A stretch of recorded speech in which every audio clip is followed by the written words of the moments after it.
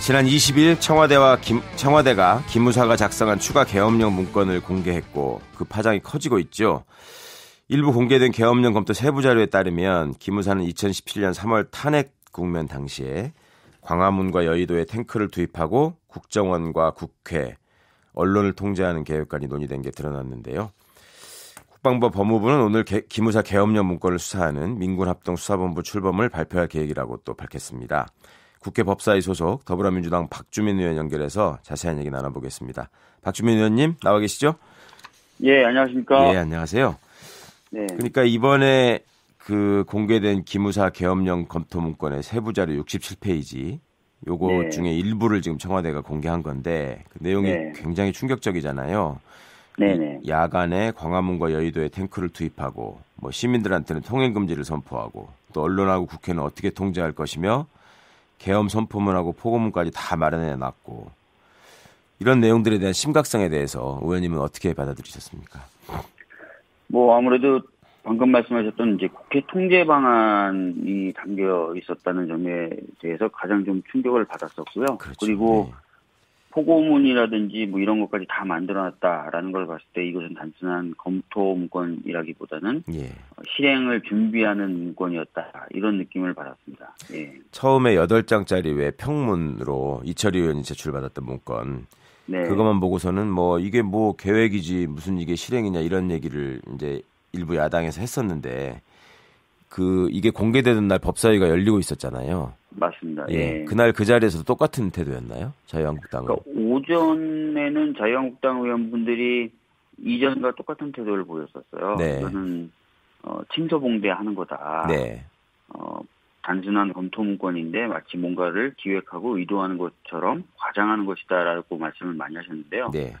오후에 이제 이 문건이 공개된 이후로는 이제 그런 말씀들을 안 하셨어요. 아, 그래요? 네. 예, 다만 이제 그 문건의 공개 시기, 공개 네. 방법 뭐 네. 이런 부분에 대해서 오히려 문제제기를 많이 하셨습니다. 네. 제 기억에 맨 처음에 이제 8장의 문건이 그 발표됐을 때 그때 이게 네. 평문으로 돼 있었잖아요. 네네. 이번에 67장으로 돼 있다는 건 2급 군사 비밀로 돼 있다는 거고요. 네네. 그런데 평문으로 문건된 작성된 문건이 발표됐을 때에도 도대체 이걸 누가 유출했는지 뭐 이유를 따져봐야 된다 이런 얘기를 하셨던 분이 있는 것 같은데 네. 이번에 또 비밀 문서가 공개되니까 이거는 또 국회에 제출해라 이러면서 이제 법사위를 계속 시간을 보냈잖아요.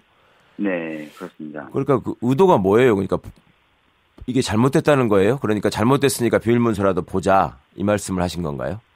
뭐 주되게 이제 얘기하셨던 것은 국회에서 뭔가 질의를 하거나 네. 검증을 하려면은 내용을 자세히 알아야 되는데 네. 67페이지짜리 문건 중에 일부밖에 발표를 안 한 상황에서는 네. 제대로 된 질의나 검증하기가 어렵다였습니다. 네.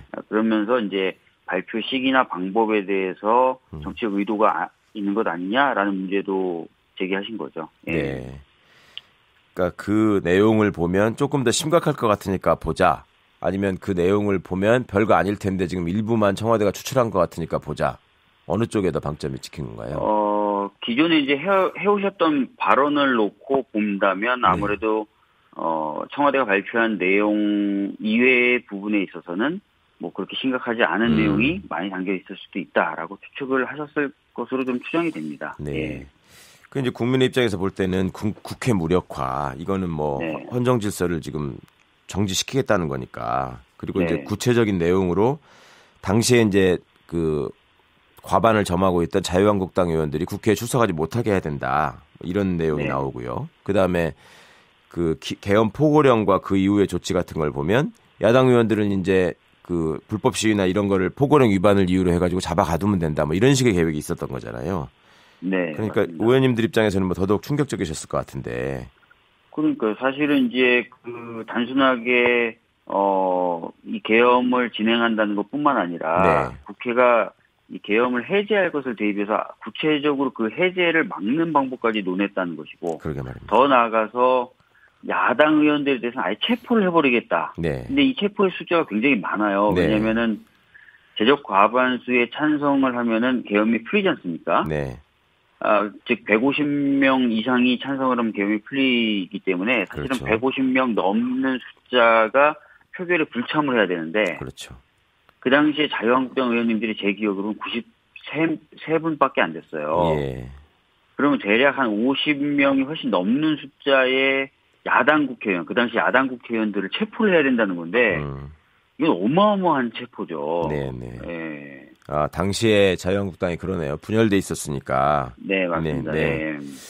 근데 이게 지금 국회가 계엄을 해제할 수 있도록 하는 거는 왜 헌법에 나와 있는 것이고. 네, 헌법에 나와 있는 거죠. 예, 네. 과거 우리가 그 비상계엄 선포하고 또 군부 독재를 유지하고 군사재판으로 그 사람들을 탄압하고 이런 거에 대한 반성에서 87년 헌법에 이게 들어간 거 아니겠습니까? 맞습니다. 근데 여기다가 지금 국회의원들을 체포하자 내지는 또 본인들이 생각하기에 이걸 지지할 것 같은 당 의원들은 출석을 못하게 하자 이런 식으로 지금 계획을 세웠다는 것인데 그러니까 이거는 당사자가 되신 자유한국당 의원들께서 더 흥분하고 반발해야 될 일인 것 같은데 혹시 그런 모습은 보이지 않았나요? 자유한국당 의원분들은 약간 겸연쩍어 하셨고요. 아.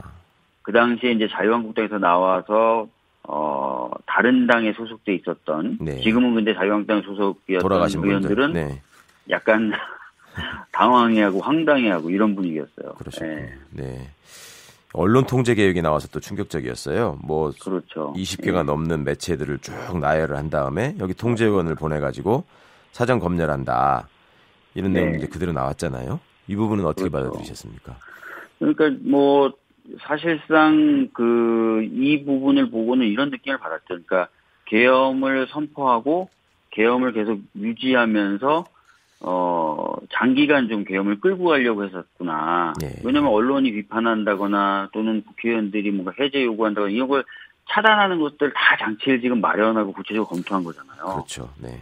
그러니까 이거는 잠깐 어떤 비상사태를 회복하는 정도가 아니라 상당히 긴 기간 동안 계엄 상태를 유지하면서 뭔가를 하려고 했었구나라는 느낌을 받았어요. 그렇죠. 그러니까 처음에 발표된 그 8장짜리 문건에 보더라도 위수령을 국회가 특별법을 제정해가지고 저지하게 되면은 거부권을 행사해야 된다. 뭐 그러면 2개월 시간을 벌 수 있다. 이런 계획들이 있었잖아요. 네네. 그 이후에 또 계엄에 대해서 국회가 또 이거를 해제 결의를 할까봐 이러이러한 계획을 대비하고 이런 것들을 보면 지금 명백하게 헌법이나 법률은 안중에 없었던 것 같고 이거를 어떻게든 이제 시행하고 유지하겠다라는 의도가 드러난 걸로 볼 수밖에 없을 것 같은데. 그렇죠. 이게 이제 형법상의 내란죄 또 군형법상의 군사반란죄에 관한 예비 음모에 해당하는 거 아니냐. 이제 이런 부분에 대한 수사가 이루어져야 될 것 같잖아요. 네. 의원님도 법률가시니까 어떻게 보셨습니까? 네. 뭐 일단은 뭐 문건에서 나왔던 내용 자체가 굉장히 구체적이고요. 네. 그리고 정말 실행을 옮길 수 있을 정도의 단계까지 내용이 마련돼 있었다. 네. 그다음에 이것을 마련한 주체가 단순한 개인이 아니잖아요. 네. 사실상 힘을 갖고 있는 기무사라는 조직이고. 그렇습니다. 하니까 이게 내란 음모로 봐도 충분하지 않을까라는 생각을 갖고 있는 게 제 개인적인 생각입니다. 예. 결국 이렇게 보면은 지금 21세기 기무사령부의 사고 방식이 과거 쿠데타를 했던 보안사령부의 그 전두환 보안사령부의 사고 방식에서 뭐 한치도 달라지지 않았다. 이런 비판을 받을 수밖에 없을 것 같은데 지금 그 계엄 사령관을 말입니다. 또 현재 이제 합참의 예규나 훈련 방식이나 여러 가지를 보더라도 항상 계엄 사령관을 합참 의장으로 전제하고 있었고 또 합참 의장이 우리가 평시 작전 통제권을 행사한 이후에는 군령권을 보좌하는 사령관이기 때문에 당연히 합참 의장이 계엄 사령관이 되어야 하는데 이걸 육군참모총장으로 바꿔놨잖아요. 그렇죠. 그리고 병력을 이동할 때 육군참모총장이 일단 승인하게 한 다음에 나중에 승인을 받으면 된다. 이런 식의 계획도 있었던데 그럼 이게 예전에 그 쿠데타 세력이 일단 병력 움직여 놓고 나중에 정승화 육군참모총장 당시 계엄사령관을 체포하고 뭐 이런 과정하고 거의 지금 흡사하게 진행될 걸 또 예비하고 있었던 거 아닙니까? 그러니까 사실 이런 내용 때문에 단순한 검토 문건이라고 보기 어려운 거예요. 만약에 지금까지 했었던 변명대로라면 국회의원이 뭔가 질의를 했고 그 질의에 대한 답변 차원에서 통상적인 검토를 했었다. 그렇게 계속 변명해왔죠. 통상적인 검토라면 이렇게 불법적이고 위헌적이고 또 군대 내부의 매뉴얼하고 다 맞지 않는 내용까지 다 검토한다? 그건 말이 안 되죠. 국회의원한테 특히 보고할 용으로 만드는데. 그래서 저는 이게 단순한 검토 문건이 아니라 뚜렷한 목적을 가지고 준비한 문건이라고 보인다는 거죠. 그 국정원을 장악하고 국정원 2차장을 계엄사령관을 보좌하도록 해야 된다. 이런 내용도 있었어요. 그렇습니다. 무슨 의도일까요? 이 부분도 참 신기해요. 육군 참모총장을 그 계엄사령관으로 만드는 절차도 나와 있습니다. 네. 누가 추천을 하고 누가 승인하게 해라 이런 내용도 나와 있고 그다음에 그렇게 만든 계엄사령관에게 막대한 권한을 밀어줘요. 그렇죠. 네. 이거는 단순한 어떤 계엄이라고 보기 어렵고 예. 이 어떤 특정한 군대 내 세력이 기획하고 있는 뭔가를 달성하기 위한 것 이런 느낌을 자꾸 준다는 거죠. 예. 계엄사령부 설치 장소도 말입니다. 원래 이제 계획대로라면은 통상적인 계획이라면 합참 벙커로 들어가야 되거든요. 맞습니다. 예. 근데 이제 그 장소도 지금 비원 벙커로 간다 이렇게 돼 있었잖아요. 그렇죠. 이게 지금 제가 청와대 지하라고 알고 있는데 맞습니다. 이게 지금 이런 식의 지금 계획에 대한 이 송영무 장관의 입장이 궁금합니다. 이걸 지금 알고 있었는데 계속 혼자만 갖고 있다가 나중에 지금 청와대에 제출한 것도 아니고 검찰단에 압수된 거라는 거잖아요. 이번 특별수사단에. 이 부분에 대해서도 이제 여러 얘기들이 나왔었고 문제 제기도 있었는데요. 네. 송영무 장관의 현재까지의 입장은 이 문건을 보고받은 후에 네. 고의나 과실에 의해서 보고를 누락한 건 아니다. 예. 본인의 정무적 판단에 따라서 예. 지방선거를 앞두고 있는 상황에서 이 문건이 공개됐을 경우에 뭔가 정부가 정치 그리고 선거에 개입한다는 인상을 줄 수가 있어서 본인이 약간 그 보안에 더 신경을 쓰다 보니까 그렇게 됐다는 것인데요. 이 부분도 좀 점검은 돼야 될 것 같습니다. 예. 그러니까 통수권을 가진 청와대에다가 보고하는 것도 외부에 공개하는 거라고 생각하시는 건가요? 국방부 장관은? 그런 부분이 네. 이제 그 점검이 돼봐야 되는 부분입니다. 엊그저께 법사위에서도 이제 그런 말이 나왔어요. 예. 정무적인 판단을 해서 이것이 공개되는 것이 부적절하다고 생각한다면 그런 전제를 붙여서 청와대 그렇죠. 그리고 대통령한테 보고하면 되는 것이지 네네. 아예 보고까지 안 하는 것에 대해서는 참 뭐라고 옹호해주기가 어렵다. 그렇죠. 이런 얘기가 여당 의원 입에서도 나왔었거든요. 이해가 하여튼 잘 가지 않는 부분 같습니다. 예, 그다음에 이제 좀 점검은 돼야 될 것 같습니다. 네네. 현재 지금 얘기한 거로는 조현천 당시 기무사령관이 만들어서 한민구 국방부 장관한테 보고한 것이다. 이게 지금 일반적인 얘기인 것 같은데 네. 이 두 사람 말이 또 오락가락 하잖아요. 그렇죠. 예, 보고 안 받았다 그랬다가 보고 받았다 그랬다가 자기가 보고했다 그랬다가 참고하려고 그랬다가 이건 이제 지금 당시에 법사에 출석한 이석구 기무사령관은 기무사령관 윗선까지 보고된 걸로 안다 이렇게 얘기했는데 네. 이 상황은 어떻게 보십니까? 왜 이 사람들은 이렇게 떠미는 걸까요? 지금 서로. 뭐 사실 문건의 내용 그리고 문건이 가져오고 있는 파장의 크기가 생각보다 좀 심각한 거죠. 네. 그러다 보니까 좀 말이 왔다 갔다 하는 것 같은데요.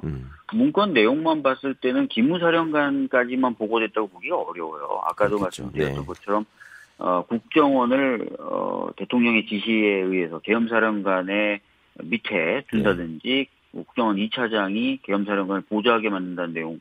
국정원은 아시다시피 대통령의 명만 따르는 조직이거든요. 그렇죠. 네. 이것은 당연히 이제 청와대 또는 그 위에 있는 대통령과 어느 정도 교감이 있지 않고서는 저는 만들어지기 어려운 문건이라고 봅니다. 예. 청와대 관련자들도 그러면 수사가 진행되어야지 되겠군요. 네네, 그렇게 봅니다. 네. 이게 지금 2급 군사비밀 문서인데 다 공개해서 열람하자. 이런 지금 제안이 나왔잖아요. 어떻게 국회에서 네. 보실 수 있을 것 같습니까? 지금 그날 법사위에서는 정식의 자료 제공 요청을 하는 식으로 상임위 차원에서 네. 그렇게 결정이 됐고요. 네. 자료 제공 요청하면은 자료 제공이 가능할 것으로 보입니다. 왜냐하면 네. 주요 내용이라고 이제 청와대가 밝혔던 부분은 이미 언론을 통해서 브리핑이 됐기 때문에요. 알겠습니다. 공개는 네. 될 것 같은데 평문으로 전환하는 과정이라든지 좀 이런 게 있어야 되지 않을까 싶습니다. 그렇죠. 예, 하여튼 뭐 전공 살리셔서 문건 제출되면 하여튼 철저하게 좀 분석해 주시면 좋겠습니다. 오늘 말씀 고맙습니다. 예, 감사합니다. 예, 지금까지 더불어민주당 박주민 의원과 말씀 나눴습니다.